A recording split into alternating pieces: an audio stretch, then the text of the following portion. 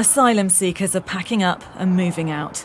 This is one of the 50 hotels the government said it would close to migrants to save taxpayers' money. It pledged to move them to cheaper types of accommodation like the Bibi Stockholm barge. But we've found out that's not what's happening. Instead, in many places, they're simply being taken to other hotels. What's happening right now? Where are these men going? These guys are moving from this hotel to another hotel a bit further up north. We watched as they left Kidderminster in taxis, then arrived 70 miles away at this hotel in Derbyshire, where they'll now be staying. What we've just witnessed will mean the Home Office can say another migrant hotel has been closed. But as we've seen, the migrants will still be being housed in a hotel at the taxpayers' expense, just a different hotel, an hour and a half away from where they were staying. Abdullah is from Tanzania. I'm not happy in the hotel and I'm not happy in this whole situation about Home Office. Because Home Office, they send me message to grant me about accommodation and support, but they didn't give me enough support. Some people may say that if you're unhappy with the food, you're unhappy with the accommodation, why don't you return to Tanzania? Because Tanzania is a safe country. So when I go back to home country, I'm going to die. The Home Office says it's making significant progress to reduce the £8.2 million a day hotel bill. A small village in England is divided as dozens of asylum seekers have been moved into a local hotel. Asylum seeker hotels are disproportionately affecting the working class. A total of 95 staff at a hotel in Wales will lose their jobs now because it's going to be used to house asylum seekers. That's 95 people out of work, binned off, in the middle of a cost of living crisis when mortgages are going up, when food bills are soaring. Here you go, here's your P45, because people who've just come here illegally need somewhere to stay. But just think about this. Think about how many jobs have been lost to make way for these people. The latest count revealed that there were 363 asylum seeker hotels in England, 20 in Northern Ireland, 10 in Scotland, and now 3 in Wales. So all of these ordinary working class people will suffer. The next time somebody calls you a racist for saying that you oppose asylum seeker hotels in your town, just ask them this.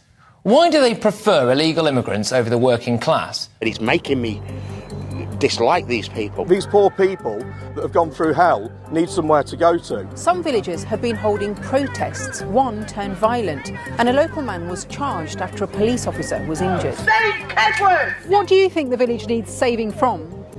Just strangers that we don't know anything about. This is what caused the clashes. There aren't many facilities in Kegworth, but the U Lodge was one of them.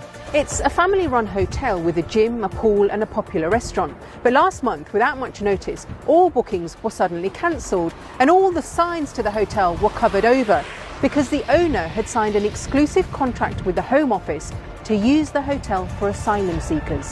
Small village, big problem! And its local communities feeling the fallout. This is Operation U Lodge, a campaign group that's been holding regular demos. People are just scared to walk the streets now. What are you scared of? Well, we don't know because we don't know anything about these people. Do you think it's changed the atmosphere in the community? I think, yeah, people, because I speak to a lot of locals in the village, they usually let their kids roam around the village at night, you know, when they play with the bikes. Now some of them are like thinking twice. We were tipped off that something was going on in Farnborough in the constituency of Aldershot, and we sent Adam Cherry down to have a look. Adam, what did you find?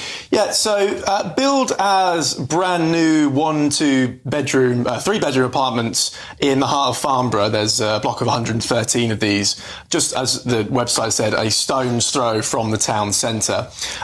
They've been withdrawn from the market in recent weeks. Why? Because the Home Office has taken them over, taking the whole property over to house what's expected to be up to 300 asylum seekers. So, as you say, we travelled to Farnborough to find out what's going on. And the site itself is a multi-million-pound conversion, as you can see, of an old office complex. It's right up next to an existing residential block. And the locals we spoke to say until very, very recently, they were kept in the dark. Out of the 300 asylum seekers that are currently on board the Bibi Stockholm, around 30 of them, that's 1 in 10, attend church services here at the Weymouth Baptist Church. 6 of them were baptised last weekend alone. A conversion rate that's almost biblical in scale, or a cynical ploy to help their asylum claims. The people of Portland think the latter. Martine Summers is petitioning the government to take issues of religion off the table when it comes to asylum. We are a multicultural country. We welcome all sorts of religions. It shouldn't be a consideration at all as to what religion they are. Father David Palmer is a Catholic priest. He thinks it's wrong to blame the church for these conversions. I mean, ultimately, the Home Office, it's their job. It's not the job of the church to say, we think this person should or shouldn't stay in this country. In last week's PMQs, Tory MP Tim Lawton launched an attack on the Archbishop of Canterbury. Who is the church accountable to, and are taxpayers being scammed by the Archbishop? The Archbishop has hit back, saying it's the job of the government to protect our borders and of the courts to judge asylum cases. The Church is called to love, mercy and do justice. Migration to this country is far too high and needs to come down. And today we are taking more robust action than any other government before in order to bring this down. Since my first day in the Home Office, I have been determined to crack down on those who try and jump the queue and exploit our immigration system. I've been working closely with my right honourable friend, the Immigration Minister, on this subject.